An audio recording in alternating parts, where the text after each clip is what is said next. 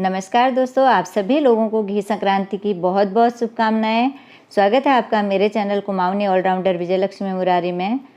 तो दोस्तों, आज मैं आप लोगों के लिए लेकर के आई हूँ उत्तराखंड के लोक पर्व घी संक्रांति पर जो त्यौहार मनाया जाता है उससे जुड़ी हुई कुछ जानकारियों का वीडियो।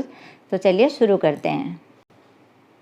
उत्तराखंड में पूरे वर्ष भर हर महीने अलग अलग लोक पर्व मनाए जाते हैं। जैसा कि उत्तराखंड तो कृषि पर आधारित राज्य है, पुराने समय से ही यहाँ जो भी त्यौहार मनाए जाते हैं वह धरती से मिलने वाले संसाधनों के साथ साथ हमें भी आपस में मिलजुल करके रहना सिखाते हैं।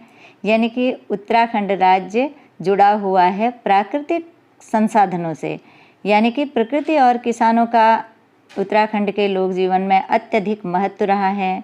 और मासीय पंचांग के अनुसार जब सूर्य एक राशि से दूसरी राशि में प्रवेश करता है तो उसे संक्रांति कहते हैं।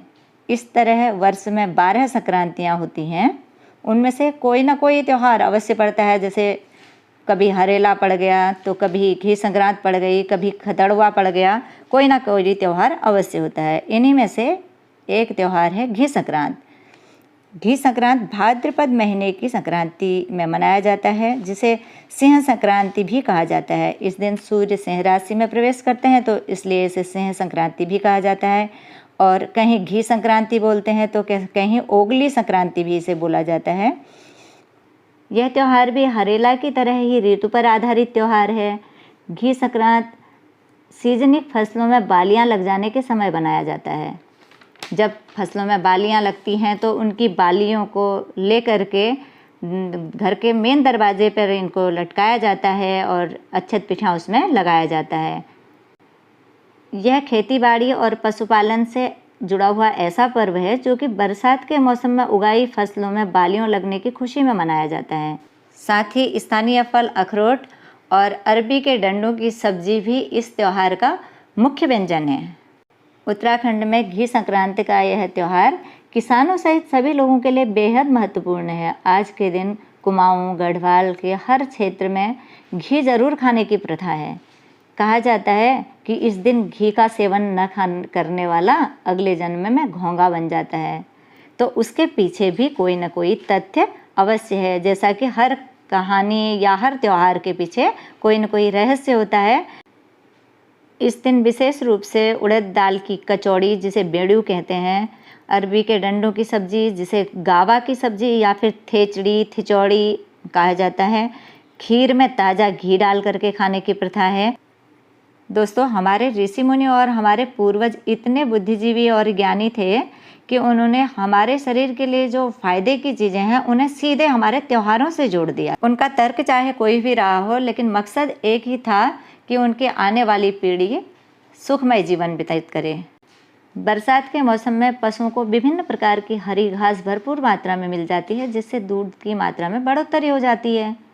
साथ में दही मक्खन घी भरपूर मात्रा में मिल जाता है, जबकि सर्दियों में और भीषण गर्मी में यह उत्पाद कम हो जाता है। जिनके पास किसानी खेती नहीं है वह भी दूर दराज जंगलों में जाकर भी हरी घास की पूर्ति नहीं कर पाते, जिससे दुग्ध उत्पादन कम हो जाता है।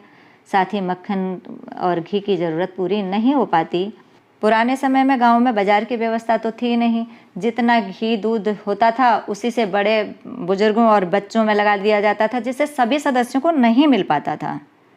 तो बरसात के सीजन में गाय भैंसों को तरह तरह की भरपूर मात्रा में हरी घास मिल जाती है और उससे उनका दुग्ध उत्पादन बढ़ जाता है। जैसा कि हम लोग भी देखते हैं कि गर्मी या सर्दी की अपेक्षा अभी बरसात के सीज़न में दूध के मूल्यों में थोड़ा बहुत गिरावट आ जाती है। तो इसीलिए हमारे पूर्वजों ने इसे सीधे हमारे त्यौहार से जोड़ दिया कि घी अवश्य खाना चाहिए, क्योंकि हर शरीर में घी और चिकनाई की आवश्यकता होती है। घी शरीर से अनेक प्रकार की बीमारियों को दूर करता है। घी का सही तरह से लगातार सेवन किया जाए तो शरीर की कमजोरी दूर हो जाती है। साथ ही साथ हड्डियां मजबूत होती हैं और बुद्धि का विकास तो होता ही है। ये त्यौहार हालांकि उत्तराखंड में ही मनाया जाता है, लेकिन इसकी झलक सभी राज्यों में दिखाई देती है। बरसात के समय अक्सर सभी लोग चाट पकौड़ी खाना ही पसंद करते हैं, जबकि गर्मियों और सर्दियों में चिकनाई का इस्तेमाल कम किया जाता है। चरक संहिता के अनुसार घी स्मरण शक्ति, बुद्धि और ओज को बढ़ाता है। घी वसावर्धक है। यह वात, पित्त, बुखार और विषैले पदार्थों का नाशक भी है। कुमाऊं में इसे घी संक्रांत तो गढ़वाल में इसे घिया त्यार कहते हैं। इस त्यौहार को लेकर के सभी के मन में एक डर बना हुआ होता है कि जो इस त्यौहार के दिन घी का सेवन नहीं करेगा वो अगले जन्म में घोंघा बनेगा। इसीलिए इस दिन नवजात बच्चों के सिर में और पैर के तलुओं में, यहाँ तक कि उनके जीभ में भी कुछ बूंदें घी की टपकाई जाती हैं। जिनके पास दुधारू पशु नहीं होते हैं तो गांव वाले उनके यहाँ दूध, घी आदि भिजवाते हैं। कुमाऊं में इसी दिन ओलगिया या ओगली का त्यौहार भी मनाया जाता है, जिसमें शिल्पकार अपनी बनाई हुई चीज़ों को गांव के लोगों को देते हैं, जिसके बदले में उन्हें अनाज, धन, पैसा आदि मिलता है। यह प्रथा चंद्रवंशीय राजाओं के समय से चली आ रही है।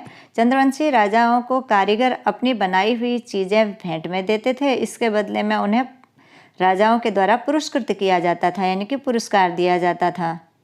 जो दस्तकार या शिल्पकार नहीं होते थे वह साग सब्जी, फल, दूध, दही, घी आदि चीज़ें राज दरबार में ले जाते थे। घी संक्रांति प्रकृति और पशुधन से जुड़ा हुआ त्यौहार है। घोंघा बनने का मतलब आलसी होना है। घी संक्रांत प्रकृति और पशुधन से जुड़ा हुआ त्यौहार है। उन्हें इस दौरान हरा भरा चारा मिलता है। मेहनत के बिना पशुधन उत्तम नहीं हो सकता। जो व्यक्ति आलसी होते हैं वह प्राकृतिक संसाधनों का उपयोग सही तरह से नहीं कर पाते हैं, जिससे उनके कार्य क्षेत्र में उन्नति नहीं होती है। इस त्यौहार में घोंघे का मतलब आलस्य से है। घोंघा बरसात में कई दिनों तक एक ही जगह पर पड़ा रहता है, जिसकी चाल बहुत धीमी होने के कारण वह राहगीरों के पांव के तले कुचला जाता है। इस त्यौहार को मनाने का महत्वपूर्ण तथ्य यह है कि जिन लोगों के शरीर में चिकनाई की कमी है तो वह थोड़ा बहुत त्यौहार के माध्यम से भी खा लेंगे तो उन लोगों के शरीर में जो बरसात की बीमारियां होती हैं उनसे लड़ने की क्षमता रहेगी, यानी कि उनकी रोग प्रतिरोधक क्षमता जो होगी वो बढ़ जाएगी। हाँ, यदि शरीर में कोई ऐसी बीमारी या कोई परेशानी है जिसमें घी खाना बिल्कुल वर्जित है तो भगवान का नाम लेकर के त्यौहार को याद कर लेना चाहिए, क्योंकि सबसे पहले स्वास्थ्य होता है। कोई भी चीज़ हमें वर्जित होने के बाद हम खाते हैं तो उसका हमें फ़ायदे की जगह नुकसान ही झेलना पड़ता है। सभी त्योहारों की तरह इस त्यौहार को मनाने की भी अलग अलग परंपराएं हैं। कहीं पर जिनके यहाँ दूध दही नहीं होता तो उनके यहाँ दूध दही दिया जाता है। कहा जाता है कि दूध दही देने से उन्हें आशीर्वाद स्वरूप सुख शांति मिलती है। यह तो सत्य है, जब कमी वाली जगह जो चीज़ मिल जाएगी तो दिल से धन्यवाद देगा इंसान, और तो उसके दिल से दी हुई दुआएं अवश्य ही इंसान तक पहुंचती हैं। कहीं पर कुमारी कन्याओं को घर में बुला करके उन्हें भोजन कराया जाता है और उनके भोजन में अखरोट की गिरियां और दक्षिणा भी दी जाती है। उत्तराखंड में घी संक्रांत का त्यौहार बहुत ही खुशी के साथ मनाया जाता है। घर से दूर शहरों या विदेश में रहने वाले जितने भी उत्तराखंड वासी हैं, इस त्यौहार को सभी लोग अपने घरों में बड़ी खुशी से मनाते हैं। वहाँ पर भी यह लोग उत्तराखंड के मुख्य पकवानों को बना करके अपने पड़ोसियों में बांटते हैं प्रसाद के रूप में। जब हड्डियां मजबूत होंगी, शरीर में रोग नहीं होंगे, बुद्धि तेज होगी तो कैसे बनेंगे घोंघा। तो दोस्तों, ये थी छोटी सी जानकारी। अगर ये वीडियो आपके लिए थोड़ा सा भी यूज़फुल रहा हो तो वीडियो को लाइक शेयर करने के साथ साथ मेरे चैनल को भी सब्सक्राइब करके अपना प्यार और सहयोग ज़रूर दीजिएगा। आगे को भी आपको इस प्रकार के वीडियोस मिलते रहेंगे। साथ में नोटिफिकेशन बेल को भी ऑन कर लीजिएगा ताकि आपको आने वाले वीडियो की जानकारी तुरंत मिल जाए। जय माता दी, धन्यवाद।